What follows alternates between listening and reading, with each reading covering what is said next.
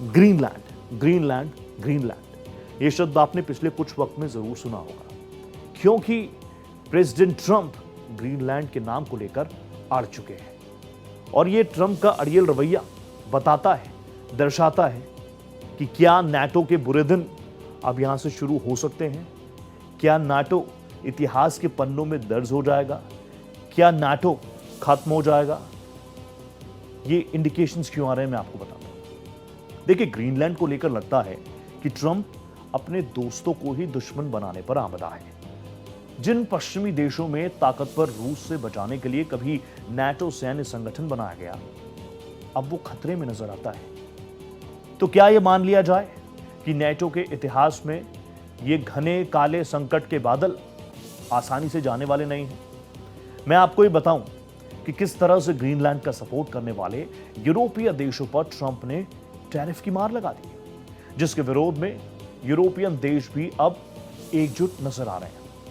अमेरिकी राष्ट्रपति Donald Trump की ग्रीनलैंड पर कब्जे की धमकियों ने यूरोपीय देशों को एकजुट कर दिया। ग्रीनलैंड की सुरक्षा के नाम पर ब्रिटेन ने तो महज एक सैनिक भेजा है, जबकि बाकी 7 यूरोपीय देशों से करीब 40 सैनिक ग्रीनलैंड की राजधानी नूक पहुंच चुके हैं। मैं आपको बताऊं कि Denmark, Norway, Finland, Sweden, Germany, France, Netherland और ब्रिटेन जैसे नाटो देशों ने मिलकर ऑपरेशन आर्कटिक एंड्योरेंस नाम से जॉइंट मिलिट्री ऑपरेशन भी शुरू किया है, जिसमें शामिल होने के लिए सैनिक पहुंच रहे हैं।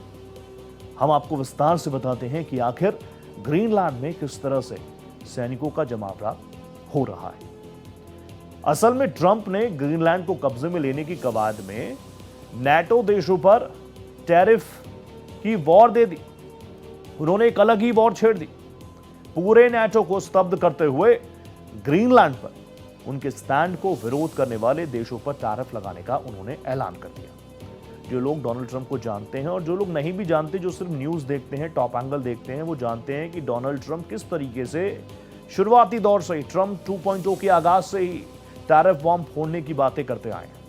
ट्रंप ने एक पोस्ट भी किया है। 1 फरवरी से Denmark, Norway, Sweden, France, Germany, United kingdom, Netherlands, Finland के किसी भी सामान पर 10% का टैरिफ लगाएंगे। और अगर जल्दी से कोई डील फाइनल नहीं हुई, जल्दी से समझौता नहीं हुआ, और आप समझ लीजिए उनका साफ तौर पर यह इंडिकेशन है, संकेत है कि जल्दी से अगर मेरी बात नहीं मानी तो ये बढ़ता जाएगा। टाइमलाइन दे दी, 1 जून को बढ़ाकर ये 25% हो जाएगा, जो आज 10% है। ट्रंप ने ग्रीनलैंड की पूर्ण और पूरी खरीद के लिए डील की बात कही है। उन्होंने क्लियर इंडिकेट किया है कि अगर ग्रीनलैंड पर बात नहीं बनी तो टैरिफ और भी बढ़ा दिया जाएगा। ट्रंप लिखते हैं, हमने कई वर्षों तक डेनमार्क, यूरोपीय यूनियन के सभी देशों और कुछ और देशों को सब्सिडी भी दी है। हमने उनसे टैरिफ या किसी तरह का कोई टैक्स नहीं लिया। अब सदियों बाद जब समय आया है कि डेनमार्क बदले में हमें कुछ लौटाए, क्योंकि अब विश्व शांति, वर्ल्ड पीस दांव पर है।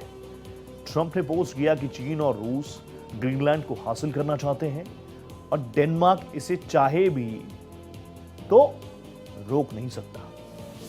फिलहाल वहां सुरक्षा के नाम पर सिर्फ 2 डॉग स्लेज हैं। इस खेल में सिर्फ अमेरिका ही कामयाब तरीके से दखल दे सकता है। अब यूरोपीय देशों पर अभी 10% और आने वाले वक्त में 25% और प्लस प्लस प्लस। क्या यूरोपीय देशों ने ट्रंप के सामने पलटवार कर दिया? अभी जो इंडिकेशंस हैं उसका आंसर है नो। मैं आपको बता दूं कि ट्रंप का टैरिफ क्या उन पर उल्टा पड़ने जा रहा है? ये मैं क्यों कह रहा हूं ये भी आप समझिएगा, क्योंकि यूरोपीय देश, ईयू, यूरोपियन यूनियन भी कह रही है कि अब हम झुकने को तैयार नहीं है। बहुत हो गया, बहुत बातें सुन ली प्रेसिडेंट ट्रंप की, लेकिन अब हम भी जवाब देंगे। यूरोपीय देश भी तैयारी कर रहे हैं किस तरीके से हम सुपर पावर अमेरिका को जवाब दें। अमेरिका की ओर से टैरिफ लगाने की धमकी के बाद यूरोपीय संघ 93 अरब यूरो तक का शुल्क वॉशिंगटन पर लगाने का मन बना रहे हैं। आप समझिए क्या कुछ चल रहा है वर्ल्ड पॉलिटिक्स में। यूरोपीय देश अमेरिकी कंपनीज को अपने बाजार में काम करने से भी रोक सकती हैं, कह सकती हैं स्टे और गेट आउट। उधर डेनमार्क पहले से ही ग्रीनलैंड में तकरीबन 200 सैनिकों की तैनाती कर चुका है। इसके अलावा डॉग स्लेज पेट्रोलिंग की 14 टीमें मौके पर मौजूद हैं, जो आर्कटिक इलाकों में गश्त करती हैं, पेट्रोलिंग करती हैं। उधर फ्रांस के राष्ट्रपति इमैनुअल मैक्रों ने भी चेतावनी दी है, वार्न कर दिया है कि आने वाले दिनों में ग्रीनलैंड को जमीन, हवा और समुद्र के जरिए और भी ज्यादा स्ट्रॉन्ग किया जाएगा, मजबूत किया जाएगा। अभी आप लोग सोच रहे होंगे कि यह संख्या तो बहुत कम है, अमेरिका तो सुपर पावर है, लेकिन यहां पर बात सिर्फ अपनी शक्ति दिखाने की नहीं, वर्ल्ड लेवल पर ग्लोबली एक कड़ा और बड़ा राजनीतिक संदेश देने के लिए नेटो बताना चाहता है कि नेटो एकजुट है, कहीं पर कोई दिक्कत नहीं। लेकिन अभी कुछ देर पहले अपनी ही रिपोर्ट्स में मैंने जिक्र किया था, जो ऑपरेशन मौके पर चलाया जा रहा है, जो जॉइंट ऑपरेशन चलाया जा रहा है, ऑपरेशन आर्कटिक एंड्योरेंस, ये क्या है ये भी मैं आपको डिटेल से बता देता हूं। अमेरिका के ग्रीनलैंड पर कब्जे की कवायद के बीच डेनमार्क की अगुवाई में एक ऑपरेशन चलाया जा रहा है, जॉइंट ऑपरेशन ये है जिसका नाम रखा है आर्कटिक एंड्योरेंस। ये एक सैन्य अभ्यास है जिसका मकसद ये देखना है कि अगर भविष्य में ग्रीनलैंड में बड़ी संख्या में सैनिक तैनात करने पड़े तो तैयारी कैसी होनी चाहिए, हालात क्या है। डेनमार्क के रक्षा मंत्रालय के अनुसार ग्रीनलैंड में सैनिक अभ्यास का फोकस आर्कटिक इलाके में सहयोगी देशों के बीच तालमेल और काम करने की क्षमता बढ़ाने पर है। तो वहीं आगे चलकर इससे भी बड़ा मिशन लाने की यूरोपीय देशों की योजना है, जिसे ऑपरेशन आर्कटिक सेंट्री कहा जा रहा है, जो एक नाटो मिशन होगा। इस मिशन के जरिए ग्रीनलैंड और उसके आसपास के इलाकों में निगरानी और बढ़ाई जाएगी, किसी भी खतरे को माकूल जवाब देने की योजना पर बात होगी। हालांकि जर्मनी रक्षा मंत्री बोरिस पिस्टोरियस का कहना है कि ऑपरेशन आर्कटिक सेंट्री को शुरू होने में अभी कई महीने लग सकते हैं। तो फिर आप सोच रहे होंगे ये क्या है? ये वही है global political message.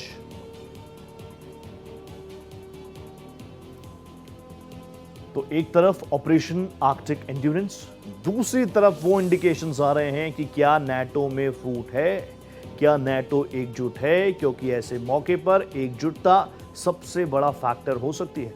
American president Donald Trump, उनका विजन बिल्कुल क्लियर है कि आने वाले वक्त में न सिर्फ अमेरिका के लिए बल्कि वर्ल्ड स्टेबिलिटी के लिए, वर्ल्ड पीस के लिए ग्रीनलैंड उनके पास होना बहुत जरूरी है। लेकिन यहां पर बड़ा फैक्टर यह है, क्या डेनमार्क इसके लिए तैयार होगा, क्या नाटो इसके लिए तैयार होगा। और नाटो में शुरुआती दौर पर जिस तरह के इंडिकेशंस आ रहे हैं कि हम एकजुट हैं, क्या वाकई नाटो की ताकत जो उसकी एकजुटता होनी चाहिए, क्या वो है? आप सोच रहे होंगे ये सवाल मैं क्यों उठा रहा हूं, क्योंकि हम भारतीय, हम इंडियंस लगातार जब नाटो की बात करते हैं, ईयू की बात करते हैं, तो सिर्फ खूबसूरत वादियां हमारे सामने आती हैं। लेकिन वर्ल्ड पॉलिटिक्स में, जियो पॉलिटिक्स में इन खूबसूरत वादियों के आगे भी बहुत कुछ है। लेकिन नाटो क्या एकजुट है, और क्या इससे पहले कभी नाटो में फूट की बात सामने आई थी? मैं आपको बताता हूं, हां आई थी। अब ग्राफिकली भी जो डिटेल्स मेरे पास है वो मैं आपको नाटो के बारे में बता देता हूं। देखिए, साल 1956 में स्वेज नहर संकट के दौरान अमेरिका ने मिस्र के कुछ हिस्सों पर ब्रिटिश फ्रांसीसी आक्रमण का पुरजोर विरोध किया था। साल 1990 के दशक में कई यूरोपीय देश उस समय के यूगोस्लाविया में युद्ध को रोकने के लिए नाटो को शामिल करने में अमेरिका के शुरुआती विरोध से काफी ज्यादा निराश थे। नाटो ने 9/11 के हमलों के बाद अमेरिका की रक्षा को लेकर पहली बार अनुच्छेद 5 को लागू किया था। बाद में नाटो ने अफगान अभियान का नेतृत्व किया, लेकिन इराक को लेकर नाटो में फूट पड़ गई। तो वहीं इस बार का तनाव तो बिल्कुल ही अलग लेवल का है। इस बार एक सदस्य देश ही दूसरे पर सैन्य हमले की धमकी दे रहा है। मीडिया रिपोर्ट्स के अनुसार अमेरिकी राष्ट्रपति डोनाल्ड ट्रंप ने कथित तौर पर ग्रीनलैंड पर सैन्य कार्रवाई के लिए आकस्मिक योजनाएं तैयार करने के ऑर्डर्स दे दिए हैं। मीडिया रिपोर्ट्स की माने तो ट्रंप ने जॉइंट स्पेशल ऑपरेशन कमांड यानी JSOC को संभावित आक्रमण योजना तैयार करने के लिए कह दिया है। हालांकि पेंटागन के अधिकारी और जॉइंट चीफ ऑफ स्टाफ कानूनी मुद्दों और कांग्रेस की मंजूरी की कमी का हवाला देते हुए इसका विरोध कर रहे हैं। हालांकि अमेरिकी फोर्सेस के वरिष्ठ अधिकारियों ने कानूनी और राजनीतिक चिंताओं की वजह से इस कदम का भी विरोध किया है। व्हाइट हाउस ने यह पुष्टि की है कि सैन्य विकल्प सहित कई विकल्प विचाराधीन है, लेकिन डेनमार्क और ग्रीनलैंड ने इस विचार को सिरे से खारिज कर दिया। प्रेसिडेंट ट्रंप ने अपने पहले कार्यकाल के दौरान ग्रीनलैंड को खरीदने की बात कही थी। इस पे काफी विवाद भी मचा था। ग्रीनलैंड कब्जाने की 3 कोशिशें पहले भी हो चुकी हैं। डिटेल्स दे दूं आपको, वो 3 कोशिशें कब कब थी। इतिहास के पन्नों को जरा पलटते हैं। साल 1867 से 1868, अलास्का के बाद ग्रीनलैंड पर सबकी नजर, अमेरिका की नजर। अलास्का खरीदने के बाद ग्रीनलैंड की भी चाहत निकलकर सामने आई थी। उस वक्त के तत्कालीन विदेश मंत्री विलियम सीवर्ट्स के नेतृत्व में यह चर्चा शुरू हुई। आप देखिए, आर्कटिक में मौजूदगी बढ़ाने की कवायदें हमेशा से रही। अमेरिकी कांग्रेस ने ग्रीनलैंड में कोई इंटरेस्ट नहीं दिखाया था उस वक्त। ये पहली कोशिश थी। दूसरी कोशिश के बारे में सुनिए। साल था 1910। उस वक्त जमीन की अदला बदली का प्रस्ताव की बात सामने आई। तत्कालीन राष्ट्रपति विलियम हावर्ड के कार्यकाल में योजना ग्रीनलैंड को देने के बदले दूसरी जगहों पर जमीन देने की बात की गई, यानी बांटा किया गया कि ये ग्रीनलैंड हमें दे दीजिए, ये जमीन हमें दे दीजिए, बाकी कई और जमीनें हैं, ये ऑप्शंस हैं, आप इस पर विचार कर सकते हैं। उस वक्त डेनमार्क ने इस प्रस्ताव को मानने से साफ इनकार कर दिया, कहा it's not possible, I am out. तीसरी बड़ी कोशिश जो ग्रीनलैंड के लिए हुई थी वो थी साल 1946। जी हाँ, कोल्ड वॉर का वो दौर, और एक बार फिर से इसे खरीदने की पेशकश की गई।